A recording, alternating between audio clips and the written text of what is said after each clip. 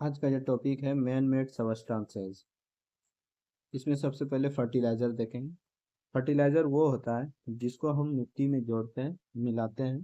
किस चीज़ के लिए? तो उसमें जो मिनरल या विटामिन की कमी है तो उस चीज़ को पूर्ति के लिए। ये बहुत ही इसेंशियल इसेंशियल एलिमेंट होता है। फर्टिलाइजर दो प्रकार का, एक नेचुरल होता है, एक सिंथेटिक होता है। नेचुरल तो आप जानते ही हैं, जैसे कंपोस्ट वगैरह जो पेड़ पौधे की या गाय भैंस के जो मल से बनता है, वो नेचुरल है। एक सिंथेटिक, आज हम सिंथेटिक ही पढ़ने वाले हैं। केमिकल फर्टिलाइजर के कुछ क्राइटेरिया होता है, जैसे कि ये सफिशिएंटली सॉल्युबल होना चाहिए वाटर में, स्टेबल एलिमेंट के रूप में होना चाहिए जो कि लंबा टाइम तक के लिए पानी में जाने के बाद भी ये रह सके। उसके बाद ये ऐसा कुछ भी नहीं कंटेन करना चाहिए जिससे कि प्लांट को क्या हो, हानि हो। अब इसमें कुछ प्रकार देखेंगे। पहला है फॉस्फेटिक फर्टिलाइजर। इसका फॉस्फेटिक फर्टिलाइजर का कुछ मिनरल्स है जो कि फॉस्फोराइट और एपेटाइट है। ठीक है।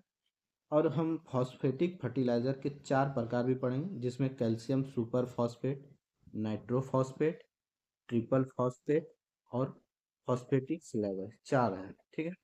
अब इसका भी कुछ क्राइटेरिया है, जैसे कि सॉल्यूबल है ये वाटर में। ठीक है। मतलब ये डू नॉट सर्व, ये इसको डायरेक्टली हम फॉस्फेट के रूप में प्लांट ऑब्जर्व नहीं कर सकता है।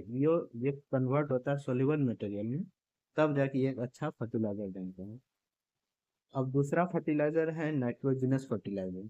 ये रैपिड ग्रोथ फॉर प्लांट के लिए यूज किया जाता है। इसका प्रकार जो है, जैसे एग्जांपल में ammonium sulphate, calcium cyanamide, ammonium nitrate, urea, calcium ammonium nitrate. तीसरा है पोटास फर्टिलाइजर। ये स्ट्रक्चरल लेंथ टू प्लांट, ये एक लंबाई बढ़ाने के लिए पौधे में लंबाई बढ़ाने के लिए प्रयोग किया जाता है। इसका एग्जांपल है potassium nitrate, potassium chloride and potassium sulphate. उसके बाद है NPK fertiliser. N for nitrogenous, E for phosphatic और के फॉर पोटास। ये 4, 8 और 2 के रेशियो में होता है। ये कंटेन करता है 4% नाइट्रोजन, 8% P2O5 जो कि फॉस्फेटिक होता है, और 2% K2O। उसके बाद है आर्टिफिशियल स्वीटनर्स। इसमें भी कुछ प्रकार होते हैं, जैसे कि सेक्रिन। ठीक है। उसके बाद आस्पार्टम, तीसरा है ओलिटेम और चौथा है सुक्रोलोज। सेक्रिन सेक्रिन जो होती है स्वीट होता है शुगर से लगभग 500 गुना। कितना? लगभग 500 गुना स्वीट होता है।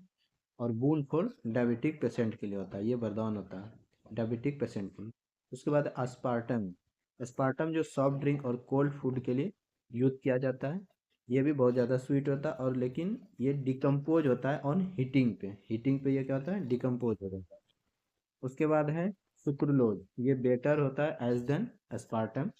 ये जब मतलब गर्म खाने में, हॉट फूड में दिया जाता है, ये does not decompose on heating. उसके बाद है एलिटेम। एलिटेम जो है ये 200 गुना स्वीट होता है एज कंपेयर शुगर कैन। ठीक है। और उसके बाद है सीमेंट। सीमेंट जो ये containing the silicate of calcium and aluminium. ये क्या कंटेन करता है? सिलिकेट ऑफ कैल्शियम और एल्यूमिनियम। जो सीमेंट फैक्ट्री में काम करने वाला वर्कर होता है, वो प्रोनी होता है किसके? साइटोसिलिकोसिस के। ठीक है। और पेस्ट ऑफ सैंड, सीमेंट और वाटर, ये तीनों के मिक्सचर को हम क्या बोलते हैं? मोर्टार। पोर्टलैंड सीमेंट के जो कुछ कंस्टिट्यूएंट है, वो है लाइम, सिलिका, आयरन ऑक्साइड और एल्यूमिना।